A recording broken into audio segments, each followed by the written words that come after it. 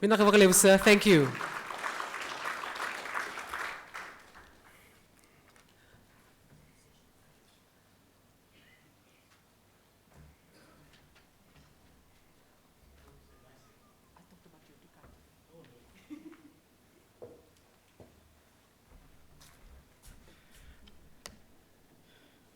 To the President of FCEF and the board members, captains of industry, ladies and gentlemen, Bolavanaka, and a very good afternoon to you all.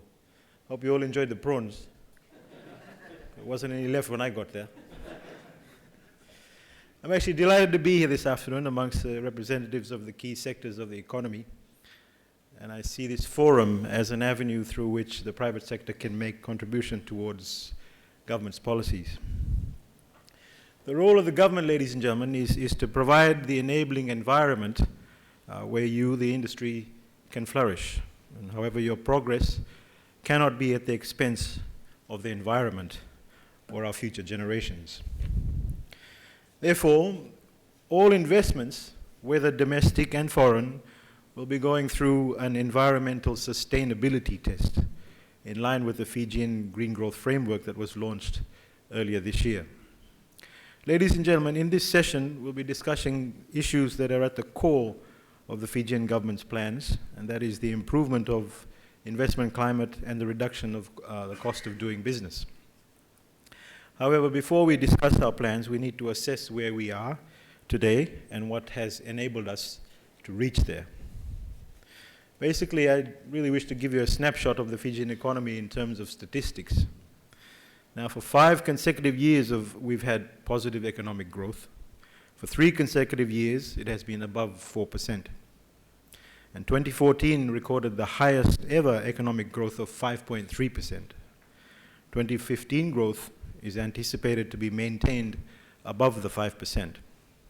Last year, the tourism numbers earned and recorded the highest in Fijian history of 692,630 visitors and to a total of $1.4 billion in income.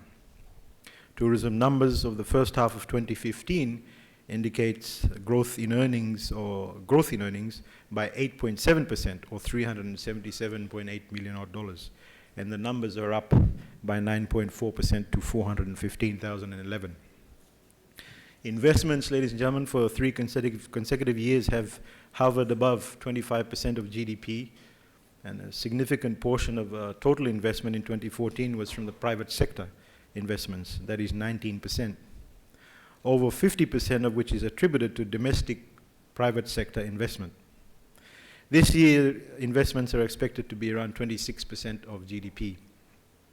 Cumulative to August 2015, the new bank lending for investment purposes increased by 79.7% to $309.5 million. The foreign reserves, ladies and gentlemen, as at 30th of September 2015, sit at 2.035.6 billion to cover 5.1 months of retained imports of goods and non-factor services. Ladies and gentlemen, we have only been able to achieve these significant milestones through the pro-growth, long-term and sustainable policies of the Bainimarama government. And for the first time in Fijian history, a government was maintaining incentives, initiatives and policies for a long term. This provided the stability and confidence and encouraged increased investments and growth. Adequate infrastructure is recognized as vital to encourage both domestic and foreign investment. And just to turn it into a light note, that's why Minister Bala is the busiest minister around. Therefore, ladies and gentlemen, the Fijian government undertook increased capital expenditure. This increased from for an average of about 19% from 2001 to 2005, or 0.23 billion to 36% in 2014, or $1 billion. 17.3% of this expenditure, or $487 odd million, was for the improvement of roads and port infrastructure. This increased expenditure is an investment in Fiji's future, and thus has resulted in successes that I mentioned earlier.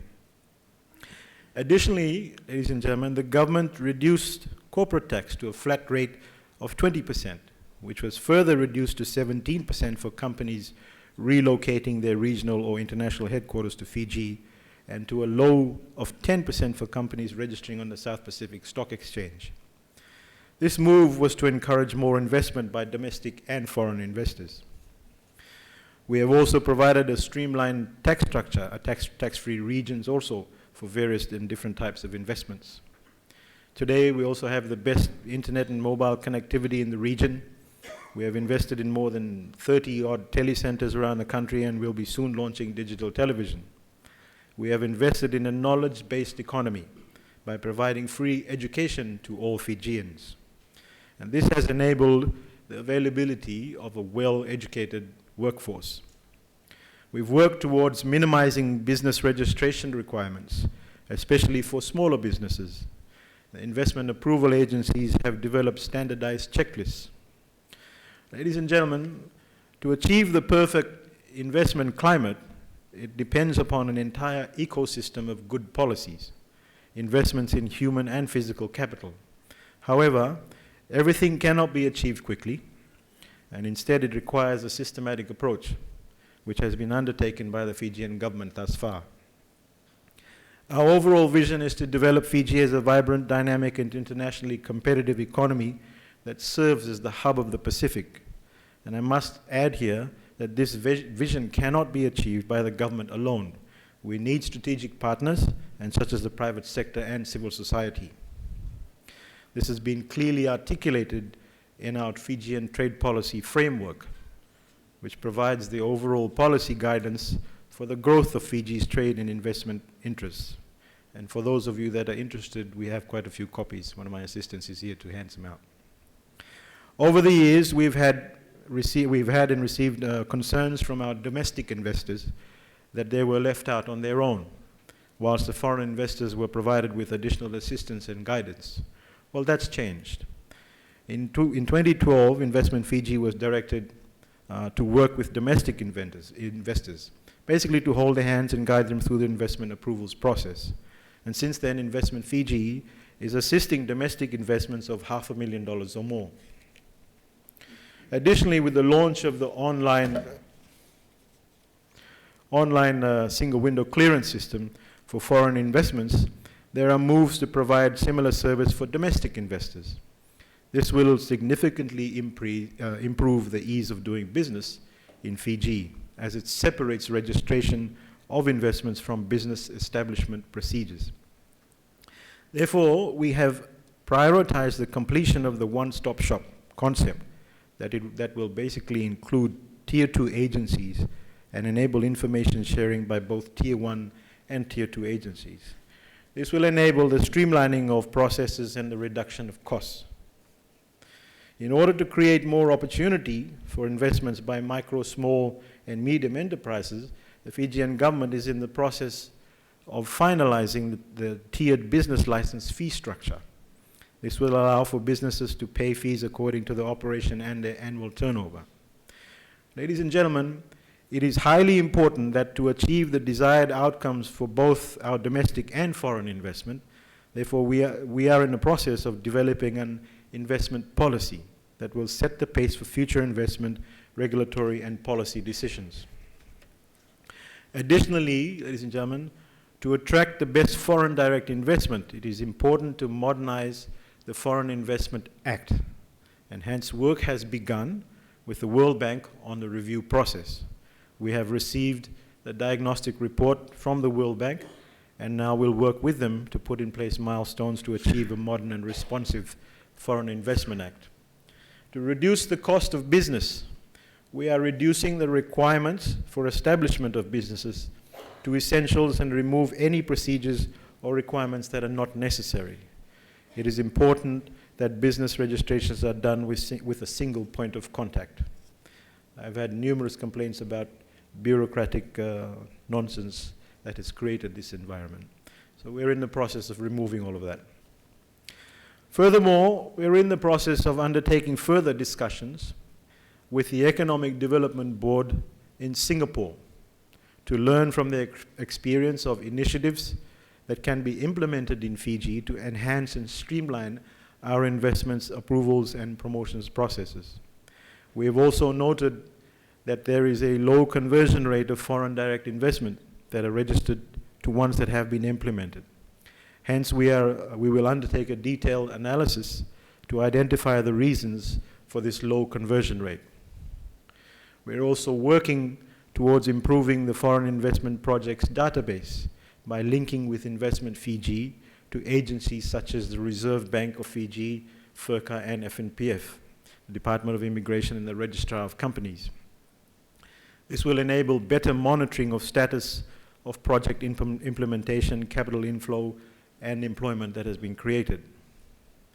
In order to make Fiji more attractive as an investment destination, we need to ensure that there are very good linkages between investment policy in areas like infrastructure and logistics development, ease of doing business, and pricing, information communication technology, and ICT development.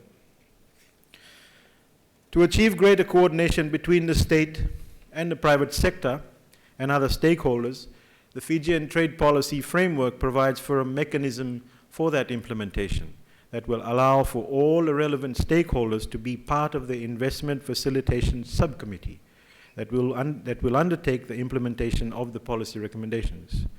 Ladies and gentlemen, these are just some of the key policy directions that the Fijian government will be undertaking to enhance investments and to reduce the cost of doing business.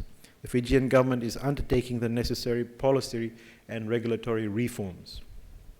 As I stated earlier, we need the cooperation and the support of the industry players to make our strategies a success.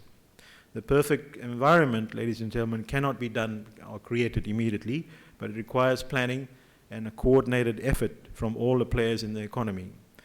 And so I look forward to constructive discussions today, and we want to see a clear and precise outcome from this particular session. Korolevu, ladies and gentlemen, thank you very much.